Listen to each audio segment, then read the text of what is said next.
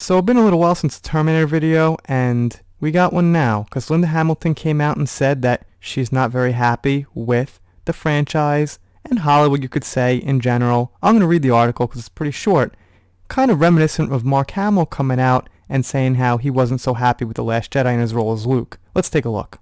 Dark Fate star Linda Hamilton says she'd really love to be done with the franchise. Okay, fair enough. Although Dark Fate was mostly well received by fans and critics, the movie was nowhere near as successful at the box office, and star Linda Hamilton has major reservations about returning. I'm not sure how successful this was with the fans. Not everybody hated it, but there was a crowd of people who did really hate it because of what happened to, spoilers, still saying that, John Connor. They got rid of the most iconic, beloved character of the franchise, or at least one of the top three, you could say, and a lot of us really didn't like that. So it's very, very debatable how successful it was with fans. Dark Fate didn't reinvent the wheel, but it was mostly enjoyable return to form for a flailing franchise, and it seemed to go over well enough with longtime fans of the classic sci-fi movie series. I just went through this. I don't think it did go over well with long-term fans. It didn't translate to its box office performance, however, and the movie took in just $261 million worldwide. They say this was bad news for Paramount, which is obviously an understatement and obviously true, and then they get into what Linda Hamilton said.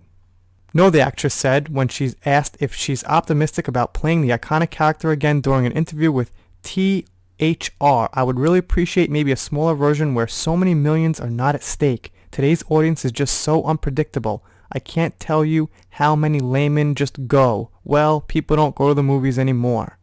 Alright, so I gotta say something. I think that was actually a very good idea she had. Instead of making it some fantastic thing about save the world, millions of lives are at stake, which has been done over and over, make it more personal about Sarah, about, well, I was gonna say John, yeah, that would have been best.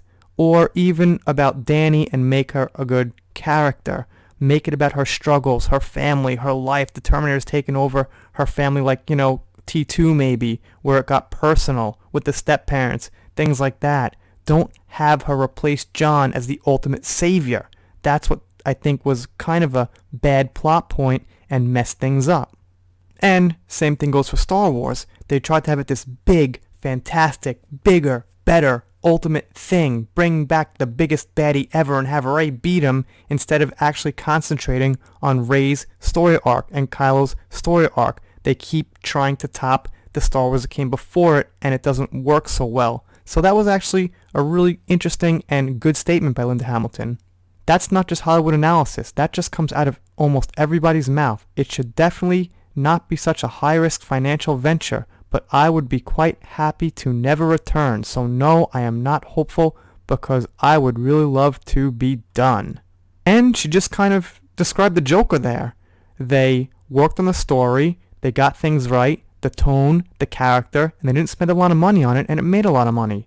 So what she's saying there, I think, is that, if you spend this ton of money on the thing and then it doesn't make a lot of money, you kind of paint yourself in a corner there. It doesn't work so well.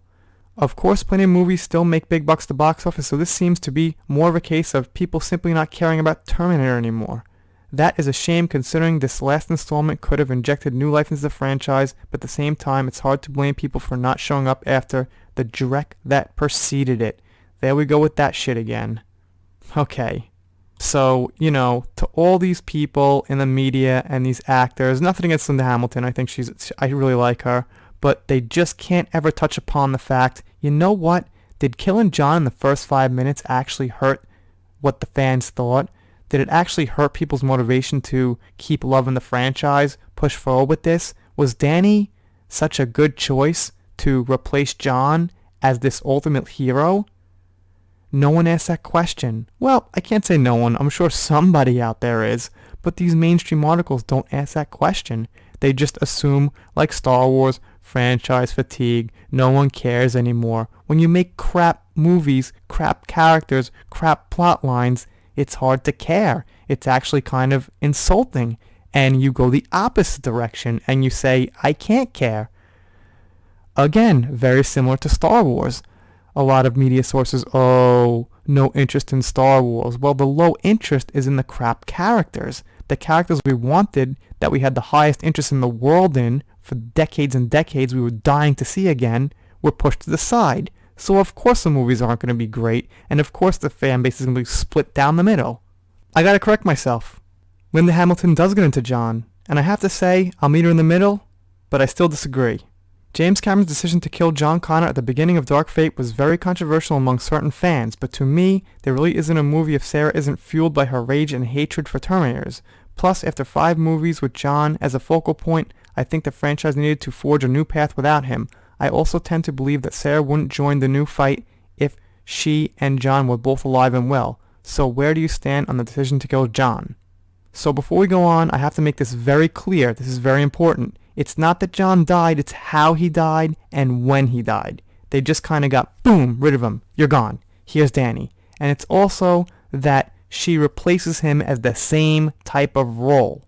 That's what I have the whole gripe with. Not that he did die. If he died in a more tasteful way, going out as some kind of hero or something, yeah, I could kind of meet them with that and say, okay, maybe he can't be about, every single Terminator movie. But let's see what she says. That's a very good point you just said. I don't think Sarah and John would be there at all if they were still fine and strong. I thought it was a great leaping off point for my character, to create a new fuel and fire for Sarah Connor. I thought it was a very good strong point. I thought it was a very good story point. I'm not the one that clings to past ideas.